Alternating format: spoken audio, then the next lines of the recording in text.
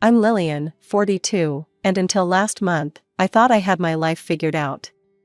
Sure, it wasn't perfect. Losing David in that horrible accident 4 years ago turned my world upside down. But I'd managed to keep moving forward. I threw myself into my marketing career at Preston and Associates, raised our daughter alone, and learned to find peace in my solitude. The house feels emptier now that Sarah's gone to college. That all changed with one phone call. I was reviewing campaign metrics for our newest client when my cell phone buzzed. Seeing my younger brother Tommy's name on the screen made me smile. He'd always been my baby brother, even though he was now 34 and married. "Hey, Squirt," I answered, using my old nickname for him. "Lil." His voice cracked. Something was wrong. "I need your help." I sat up straighter in my office chair. "What's going on?" "The company, they filed for bankruptcy. Without warning. We all got laid off yesterday." He paused, and I could hear him struggling to maintain composure. "Rachel and we can't afford our apartment anymore." I hate to ask this, but... My stomach tightened. Rachel. Tommy's wife of 2 years, a woman who'd made it clear at every family gathering that she thought she was too good for our middle-class family. At their wedding, she'd complained that the champagne wasn't expensive enough. "We need a place to stay," Tommy continued. "Just until I find another job. Please, Lil." I looked around my empty office, thinking about my empty house. Tommy was my baby brother, the one I'd helped raise when Mom went back to work. I remembered teaching him to ride a bike, helping him with his math homework, defending him from bullies at school. "Of course you can stay with me," I heard myself say, even as a voice in my head screamed, "What about Rachel? When do you need to move in? End of the week? We have to be out of our apartment by then." After we hung up, I sat staring at my computer screen, not really seeing it. The phone rang again, this time it was Mom. "Lillian, Tommy just told us you're letting them stay with you," she said without preamble. "That's so wonderful of you." "Mom, you remember what Rachel said at Easter, right? About how my house looked like it was decorated by a suburban housewife with no taste?" Mom sighed. "She's young, dear. She's probably matured since then. And Tommy needs this. You know how he is, he takes everything so personally. Losing his job has really shaken him." I did know. That was the problem. Tommy had always been sensitive, eager to please, desperate for approval. It was what made him such a sweet kid, and what made him completely blind to his wife's faults. "I know, Mom. That's why I said yes." After hanging up with Mom, I walked through my house, my tastelessly decorated house, and tried to prepare myself mentally for what was coming. The guest room would need fresh sheets. I'd need to clear some space in the garage for their things. And I'd need to find a way to live with Rachel without committing murder. The moving day arrived with the subtlety of a hurricane. I was working from home that morning when I heard a car door slam, followed by Tommy's voice and the click-clack of heels on my driveway. Taking a deep breath, I went to open the front door. "Lil." Tommy rushed forward to hug me, his familiar grin lighting up his face. "Thank you so much for this." Behind him, Rachel stood examining my front porch with the kind of expression usually reserved for finding gum on designer shoes. She wore a cream-colored blazer that probably cost more than my monthly mortgage payment, her dark hair perfectly styled despite the moving process. "Well, at least there's plenty of space," she said by way of greeting, wheeling the first of what looked like 6 matching luxury suitcases toward the door. Tommy immediately jumped to help her, leaving me standing there wondering what I'd gotten myself into. I led them to the guest room, which I'd spent the previous weekend preparing. "It's a bit quaint," Rachel commented, running a manicured finger along the dresser. "But I suppose it'll have to do." I bit my tongue and turned to Tommy. "We should probably talk about house rules and arrangements." "I work long hours at Preston and Associates," I explained, trying to keep my voice neutral. "I'm usually out by 7 and don't get back until 6 or later. I won't be able to cook or clean for you guys during the week." Rachel's head snapped up. "Cook?" Clean? You expect us to do that? Well, yes, I replied, meeting her gaze. You're both adults living here rent-free.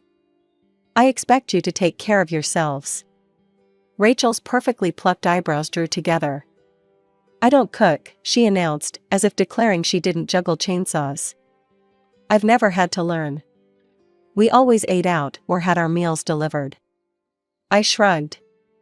Well, then I guess you'll either need to learn, order takeout if you can afford it, or go hungry. I'm not running a bed and breakfast here. The weeks that followed fell into an unexpected pattern.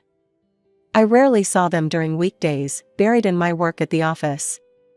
When I'd come home tired and ready for some quiet time, I'd find Tommy in the kitchen, usually wearing one of my aprons, putting the finishing touches on dinner. Despite everything, it warmed my heart to see him taking charge like that. Weekends were different. I'd cook our family favorites, pot roast, chicken parmesan, Mom's famous meatloaf. Tommy would enthusiastically help and praise every dish.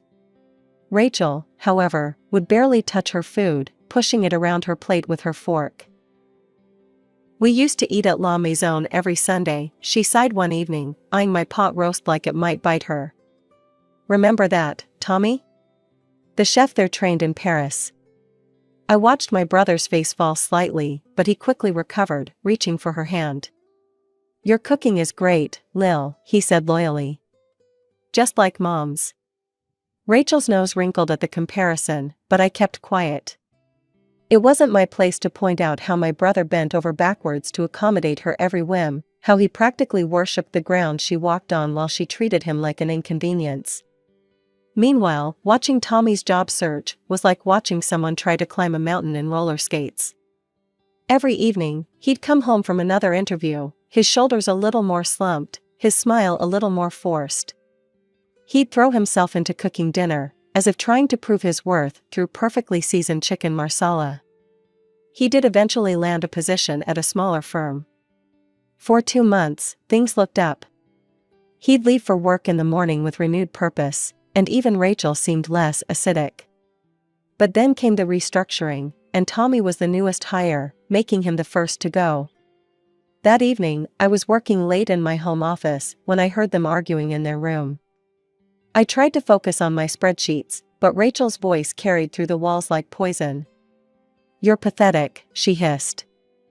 I can't believe I'm stuck living with your sister because you're such a failure. God, what was I thinking, marrying such a loser? My hands clenched into fists. I wanted to storm in there, to tell Rachel exactly what I thought of her, to defend my baby brother. But Tommy was 34 now, not the little boy who needed his big sister to fight his battles. I forced myself to stay in my chair, my heart aching as I heard him apologizing to her. The real breaking point came a week later. I walked into my house after a particularly grueling day at work to find what looked like the aftermath of a restaurant bombing. Empty takeout containers littered every surface. Half-eaten spring rolls and pizza crusts lay abandoned on my coffee table. Sticky rings from drink glasses decorated my wooden surfaces. What happened here? I demanded, dropping my briefcase in shock. Rachel lounged on my couch, scrolling through her phone. She barely glanced up. Oh, I had some friends over. We ordered lunch. You had friends over? I repeated slowly, feeling my blood pressure rise. Without asking me? And left my house looking like this? She shrugged, still not looking up. It's not a big deal. Tommy can clean it up when he gets back from his interview. Something snapped inside me. No, Rachel, that's not how this works. First of all, you don't invite people to someone else's house without asking permission. Second, you're not working, the least you could do is clean up after yourself. That got her attention. Her head snapped up, eyes narrowing. Excuse me? Are you suggesting I should be your maid just because you're letting us stay here? How dare you try to exploit me like this? Exploit you? I laughed incredulously. You live in my house rent-free, contribute nothing, and think basic courtesy is exploitation? Rachel's face crumpled into tears just as Tommy walked in. Perfect timing, as always. "Baby, what's wrong?" He rushed to her side. "Your sister," Rachel sobbed dramatically. "She's trying to turn me into her personal servant. She says I have to clean everything just because we're staying here. We're guests here." "No," I corrected her, "you're family members I'm helping out. There's a difference. And family respects each other's space and property." Rachel stood up, chin raised defiantly. "I won't be treated like this. I don't clean, and that's final." I watched as Tommy silently began gathering the takeout containers, his face red with embarrassment. Part of me wanted to stop him, to force Rachel to take responsibility for once. But the defeated look in his eyes told me it would be pointless. After another failed interview, Tommy stopped cooking. He'd spend hours staring at his laptop, mechanically clicking through job listings, his usual cheerful demeanor replaced by a hollow-eyed desperation. One evening, after Tommy had gone to bed early claiming a headache, I made a decision. Sitting in my car in the office parking lot, I pulled out my phone and called a number I hadn't dialed in months. "Lillian?" Uncle James, David's own uncle, answered on the second ring. What a pleasant surprise. James Morrison wasn't really my uncle anymore, technically speaking, but he'd always treated me like family even after David's death. As CEO of Morrison Technologies, he'd built one of the largest tech companies in the region. "Uncle James, I need a favor," I said, explaining Tommy's situation. "He's qualified, he just needs a chance." "But," I hesitated. "If I help him directly, it'll crush what's left of his confidence." "Say no more," Uncle James replied warmly. "Send me his resume." The next evening, I casually dropped a sticky note on the kitchen counter while Tommy was cooking dinner. "Hey, I saw this job posting today," I mentioned, trying to sound nonchalant. "The position looked perfect for your background. You should give them a call." The transformation in Tommy the next morning was immediate. He wore his best suit, the one he'd worn to his wedding, newly pressed. His hand shook slightly as he adjusted his tie in the hallway mirror. "Wish me luck," he called out as he left. I waited anxiously all day, pretending to focus on work while really checking my phone every few minutes. Uncle James had promised to handle things discreetly, but I still worried something might go wrong. When I got home that evening, Tommy was practically bouncing off the walls with excitement. "I got it," he announced, before I could even set down my briefcase. "They offered me the position right there in the interview. The salary is amazing, Lil. Better than my last job. We need to celebrate, I'm cooking something special tonight." As Tommy busied himself in the kitchen preparing his signature ribeye steak, Rachel sat down at the dining table, giving me a cold look. "You know, Lillian," she said, her voice sharp enough to cut glass, "you could have actually helped your brother find a job all these months. With all your connections in marketing, you could have found him something decent. But you just sat there watching him struggle. Some sister you are." She smiled smugly. "But look at him now, he did it all by himself, without your help. Proves he doesn't need you after all." I kept my face neutral as I helped Tommy set the table, letting her words roll off me. If she only knew the truth. The day Tommy and Rachel moved out was surprisingly calm. 3 months of steady paychecks had allowed them to put down a deposit on a nice apartment across town. I helped Tommy load their boxes into the moving truck, while Rachel supervised from the sidelines, tapping away on her phone. "Thanks for everything, Lil," Tommy said, hugging me awkwardly in the driveway. Rachel was already in their car, engine running, manicured fingers drumming impatiently on the steering wheel. "Anytime, little brother," I replied, watching as he climbed into the passenger seat. Rachel pulled away without so much as a backward glance or wave goodbye. Life settled back into its familiar rhythms. The house felt emptier again, but peaceful. No more passive-aggressive comments over dinner, no more mess to clean up after Rachel's friends. I threw myself into work and weekly video calls with Sarah, who was flourishing in her final year of college.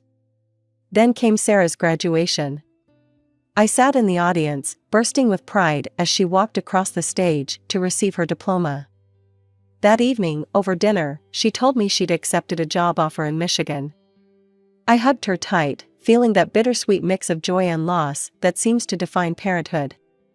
Meanwhile, Tommy's life seemed to be on an upward trajectory.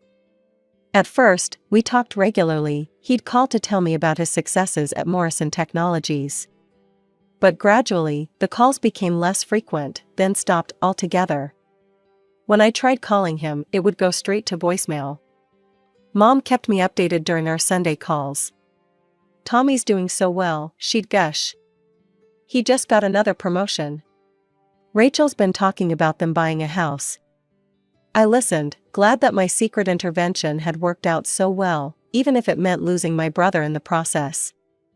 Uncle James occasionally mentioned Tommy's progress too, always with a knowing look that acknowledged our shared secret.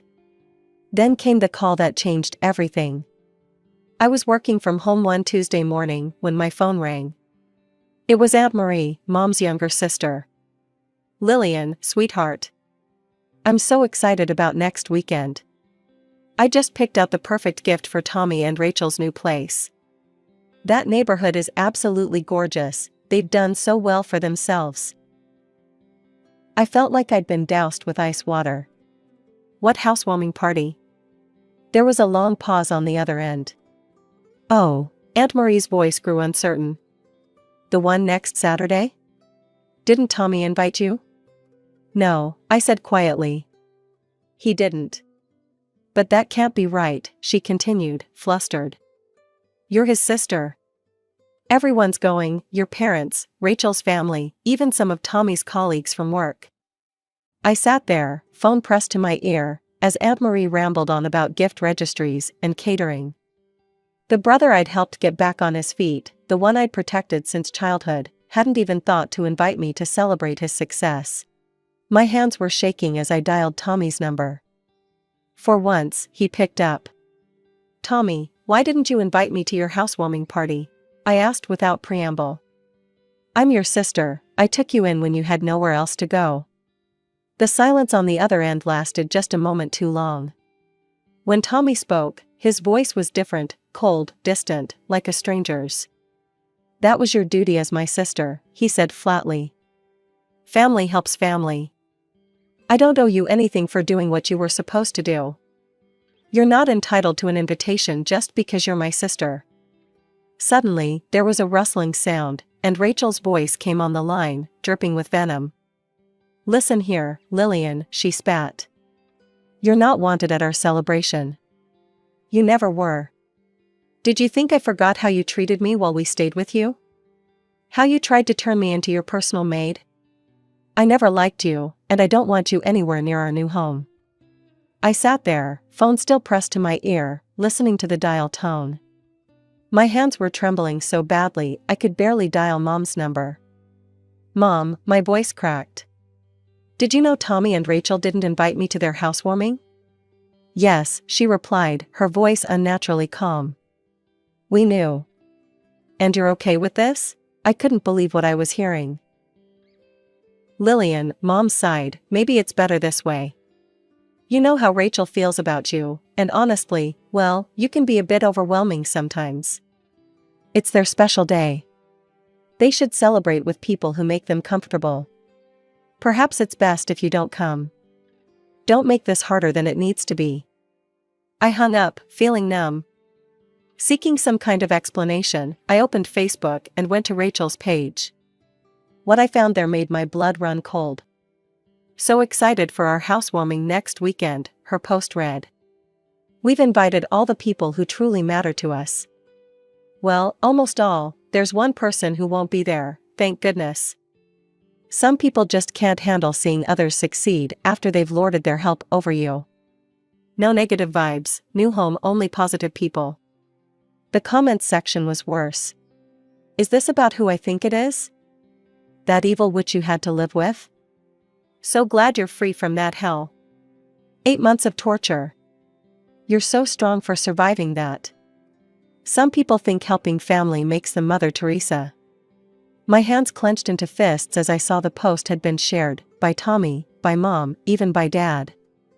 Each share accompanied by supportive comments about toxic people and moving on from negativity. A week later, I arrived at the address Aunt Marie had given me. The house was impressive, a large colonial in one of the city's most expensive neighborhoods. Cars lined the street, all luxury brands. The front door stood open, letting out the sound of laughter and clinking glasses. I walked in, my heart pounding. The foyer opened into a spacious living room filled with people in expensive clothes, all holding champagne flutes. I recognized faces from both sides of the family, though notably, only the wealthy relatives had made the guest list. Uncle James stood near the fireplace, deep in conversation with someone. Our eyes met briefly, and we exchanged subtle nods. Lillian, Mom's harsh whisper, caught my attention. She and Dad hurried over, their faces tight with anxiety. "What are you doing here? You need to leave, now."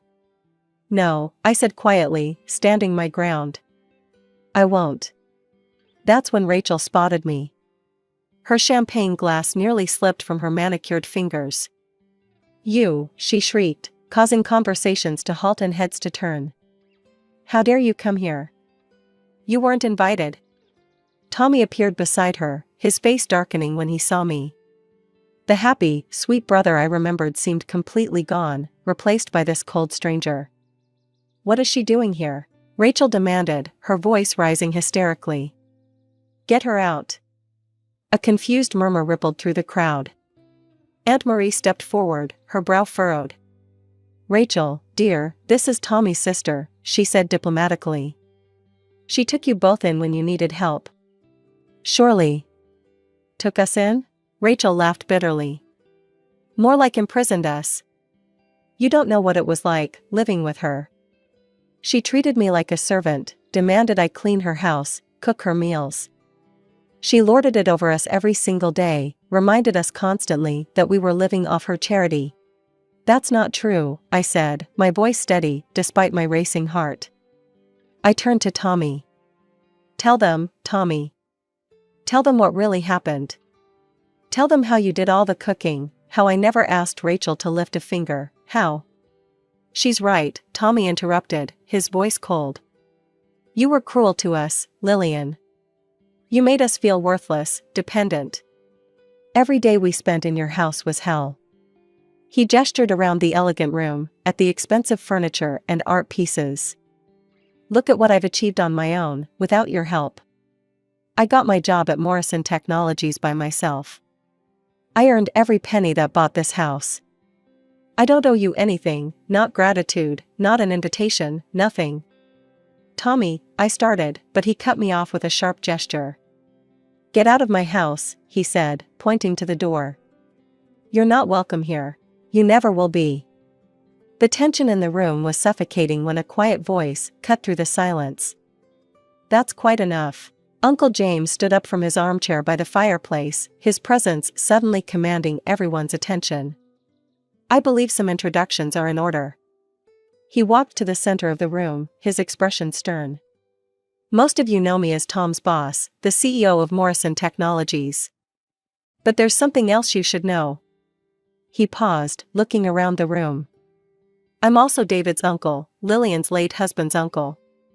The room erupted in confused whispers. Tommy's face had gone ghostly white. "I returned to the States 12 years ago, after spending decades abroad. That's why I wasn't at David and Lillian's wedding, why most of you didn't know about our connection."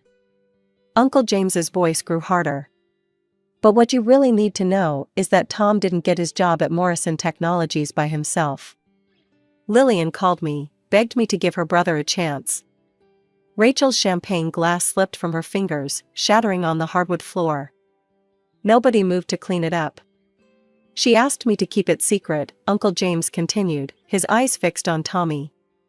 "She didn't want to hurt your pride, didn't want you to feel like you needed your sister's help. She protected your ego even while you were living under her roof." Tommy started to speak, but Uncle James held up his hand. "I've sat here today and listened to you insult the sister who saved you from homelessness. I've heard you lie about how she treated you, watched you humiliate her on social media, seen you turn your own parents against her. And I've heard enough. His voice turned to steel. You're fired, Tom. I won't have someone with such poor character working at my company. Rachel let out a strangled cry. But the mortgage? We just bought this house. That's not my concern, Uncle James said coldly, walking toward the door. I don't employ ungrateful people who bite the hand that feeds them. With that, he left. The room exploded into chaos. Rachel collapsed onto the sofa, sobbing hysterically about monthly payments and property values. Mom and Dad rushed to Tommy, who stood frozen in place. This is your fault. Mom turned on me, her face contorted with anger. How could you do this to your brother? Aunt Marie stepped forward. Are you serious, Helen? Your daughter helps your son get a job, keeps it secret to protect his pride, and somehow she's the villain here? Other relatives joined in, taking sides, their voices rising in argument. I'd seen enough. Without a word, I walked out of the house, leaving the chaos behind me. The next morning, my phone rang at 7 a.m. Mom's voice was shrill, demanding. You have to fix this. Call James, tell him to give Tommy his job back. Your brother and Rachel are moving in with us, because they can't afford their house. This is all your fault. No, Mom, I said quietly. Tommy made his choices. He chose to believe Rachel's lies. He chose to turn against me. He chose to bite the hand that fed him. Now he can live with those choices. I hung up and blocked their numbers, Tommy's, Rachel's, even my parents'. Later, I heard through Aunt Marie that Tommy and Rachel had indeed lost the house, unable to keep up with the mortgage payments without his job at Morrison Technologies. They moved into my parents' small apartment, where Rachel apparently makes everyone miserable with her constant complaints. I still live in my quiet house, talk to Sarah every week, and have dinner with Uncle James monthly. He never expresses regret about firing Tommy, and I never ask him to reconsider. Some bridges, once burned, should stay that way.